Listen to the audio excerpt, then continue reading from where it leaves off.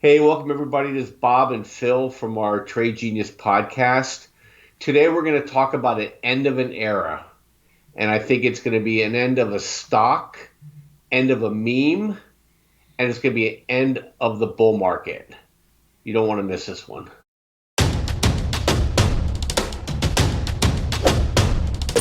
Trade Junior.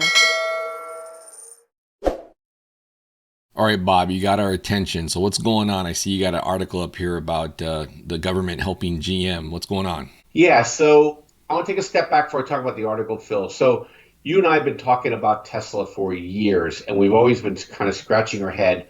How can this company be worth so much money? I think their market cap exceeded all the automakers combined at one point. I don't know if that's still the case. They've lost almost $1 trillion in market cap over the last, I guess, 6 to 8 weeks. But we have a situation here now, though, where the retort has always been because Elon Musk has a game changing technology, which is the battery technology.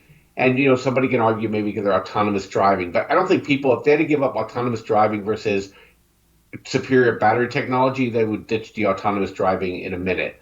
And what happened here is GM's been working on some technology, and a lot of people didn't realize this, Phil. GM's been working on this battery technology for 20 years before there was even an Elon Musk on the scene. And so it's not like these guys are kind of new to this thing. Well, they developed a new piece of technology for the battery that has potentially longer life, faster charging, different configuration and way in which it's shaped, which gives them extreme flexibility when they're engineering out their designs for their cars.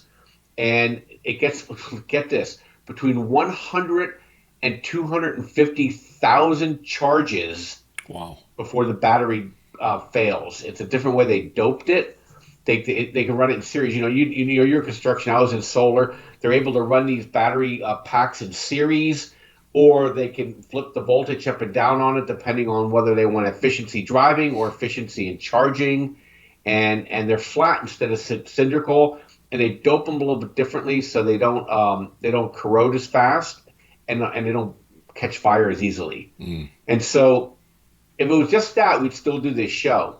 But the second part to this is the Biden administration, which is rightfully so. I always dump on the Democrats and the Bidens, but this is the kind of stuff I want my government to be doing. Seeding next level technology so we don't hand it over to the Chinese. And they're going ahead and they're gonna provide, I don't know, either loans or loan guarantees or both, to build 3 battery technology facilities. I think one in Michigan, one in Tennessee, one in Ohio, in a joint venture with LG Electronics, a Korean conglomerate. And they're going to be using that then to feed into the EVs that GM is producing today. And what's really fascinating to me on this, Phil, is that you have Elon Musk is kind of a caricature, right? He's always been, depending if you love him, he's kind of forward thinking. And if you hate him, you think he's a grifter. And then if you're on the left, you think he's a sellout. And on the right, you think he's a savior. But I think he's seen the writing on the wall. If anything, I think this guy's a prophet in terms of he knows when to skedaddle. And I think he's been dumping out of Tesla now for the last year. And he has his new toys he has with Starlink and with SpaceX and with Twitter. And I think he probably sees the writing on the wall with Tesla. And before I jump any further, I want to get your thoughts on this, because I know you've been thinking about this stuff too. And I think it's an end in the era for Musk. And there always has to be, a visible person that kind of will put the stake in the ground for the top. And I think he's the one. And I'll just throw it over to you for a second before I jump in with some more stuff. Yeah, my take on Tesla and most things I agree with you. Like as far as being visionary, he certainly has, and as far as the game of life, he's won that as far as ending the game with a lot of dollars, right? But and more power to him. He's found loopholes, but on the whole, what I'm getting at is these companies that he's started. Very difficult to find how they're making money on their own without subsidies and things like that. And that's the important part. Now, obviously, if you've got an idea like Amazon, you give it a big enough bridge loan, right? It makes it to the other side, and it's a game-changing tech. Tesla, unfortunately, is in a situation where it's in the big, deep end of the pool, and the automakers, the legacy automakers, are the sharks. And I've always felt that Tesla was being observed. Their model was being observed by the bigger automakers, and now in the last couple 3 years, you're seeing them all now starting to jump in the EV space. And I just think that it's going to be highly competitive. And they have a long history of engineering, and I think that, like you said, GM's tech here is actually leapfrogging Tesla's. So these companies, they have a lot to lean on, and they have other their income streams are spread out more, I think, than Tesla's. So if you're going to upset Tesla's technology, that puts Tesla at a significant disadvantage. And yeah, if you look at what he's doing, he's been dumping his Tesla shares in mass. So I kind of do think the meme days of Tesla are numbered, and it's going to be interesting to see. But I'm bearish on Tesla longer term for sure. Yeah, and that's why I want to kind of slide into next year, because Tesla, they benefited from this concept called passive investing and market cap weighted indexes. And what that means for people who aren't familiar with that is that the S&P 500 is not equal weighted. Okay, if the bigger your market cap is, the more weight you get in the index, meaning as money pours in, the bigger you are, you get more and more of that share of the money, which kind of gives you a good guy as you go. But when that thing starts to falter, you get a bad guy, and it accelerates the other way. So you go from a virtuous cycle to a vicious cycle. And I think, Elon Musk is an emotional stock. I'm sure we'll get some really interesting comments in the on this podcast.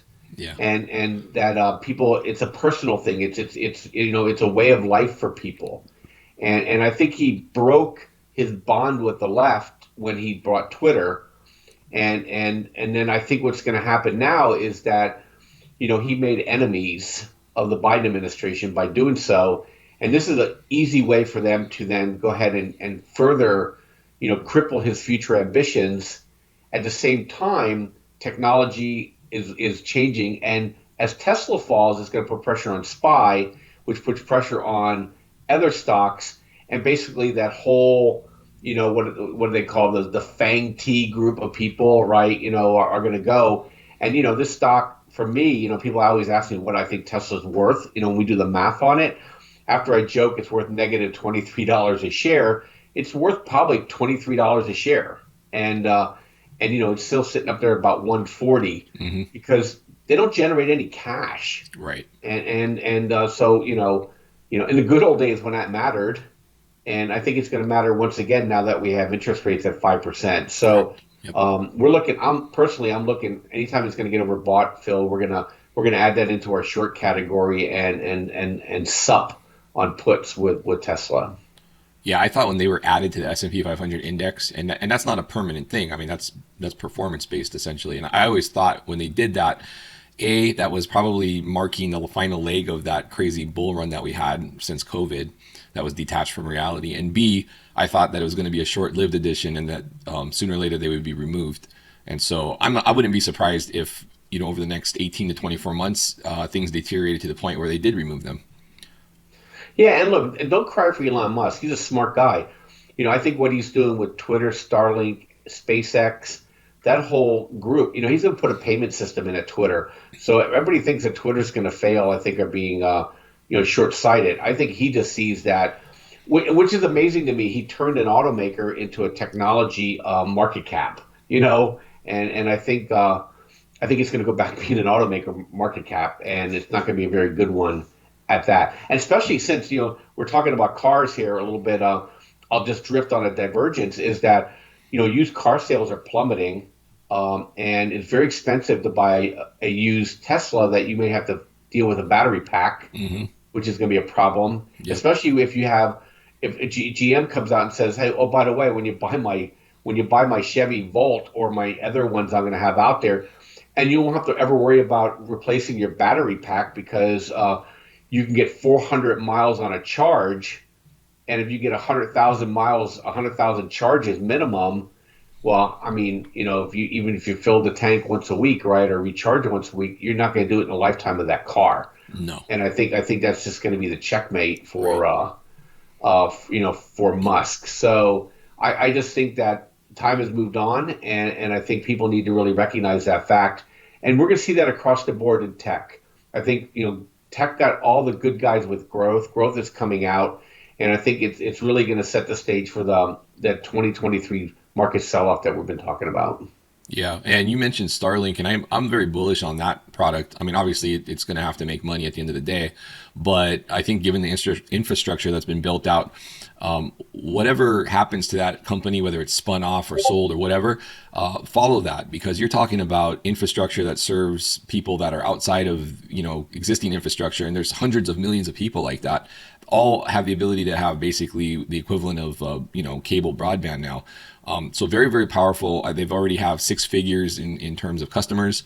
I mean, the service is still essentially like in beta, So when this thing hits full steam, they're going to have millions of subscribers, and probably tens to hundreds of millions of subscribers, because the infrastructure is severely lacking globally for broadband for a lot of people. So that is one company that he's founded that I would not sleep on. Yeah, and the other thing too, Phil, wait till he puts a hard wallet up there, one of the Starlink satellites, and he could do a Bitcoin Starlink. I'm kidding people. So anyway, with that, I just thought we'd share that on Tesla. I was astounded when I read it. I was pretty excited actually, because I'm not against the EV revolution. I just don't want it to be a pig in a poke, and we end up with garbage because the politicians are in love with it. So I hope this truly works out for GM. And if Tesla can innovate their way through this, then God love them too. But I don't think they will. I don't either. And I'm with you on the hybrid side of things, where maybe we can get to like 100. Imagine if your pickup truck could get 100 miles to the gallon, and that extends the time it takes to research and develop to where we can get fully renewable, right? But I think battery tech, until you're doing battery tech with renewables, meaning that you're mining the materials with renewables and all this other stuff and recharging it with renewables, that's the ultimate goal. But until we get there, it's kind of like, yeah, it's kind of gimmicky. But the hybrid part isn't, because it's like that natural transition from existing fossil fuels to renewables, and then that buys a lot of time for the legacy companies that are pumping oil. And make no mistake, they're investing heavily into renewables. I mean, ultimately, at the end of the day, that's where they're focused on. But like you said, it takes time, and this sudden, like, instant switch to renewables is financially unfeasible. So I'm with you. Right. This could probably give us like incredible gas mileage going forward. Yeah, maybe we should do a podcast on the components of a battery and where this stuff comes from, and how hard it is for them to achieve mass adoption. So right. Hopefully there'll be some sanity. The hybrid's the way to go, and I think people can fully endorse that. And I think Toyota has the right idea. So at the end of the day, watch Toyota on this thing, because they're taking it low and slow, and they love the hybrid approach. And I wouldn't count Toyota coming out as the really clear winner of this over time. Yeah. All right, guys. Well, that's going to do it for this Trade Genius podcast. Thanks so much for watching. Please hit like and subscribe. It really helps us out. Ring that notification bell as well, as we are putting out these videos about 6 times a week. And love to hear from you guys and hear your thoughts on this whole EV situation. What do you think of Tesla? Do you think it's going up or down over the next few months? My prediction, probably going back to the COVID lows, pre-COVID lows before the pump. What do you think, Bob? Absolutely. There you go. All right, guys. We'll see you on the next video. Take care.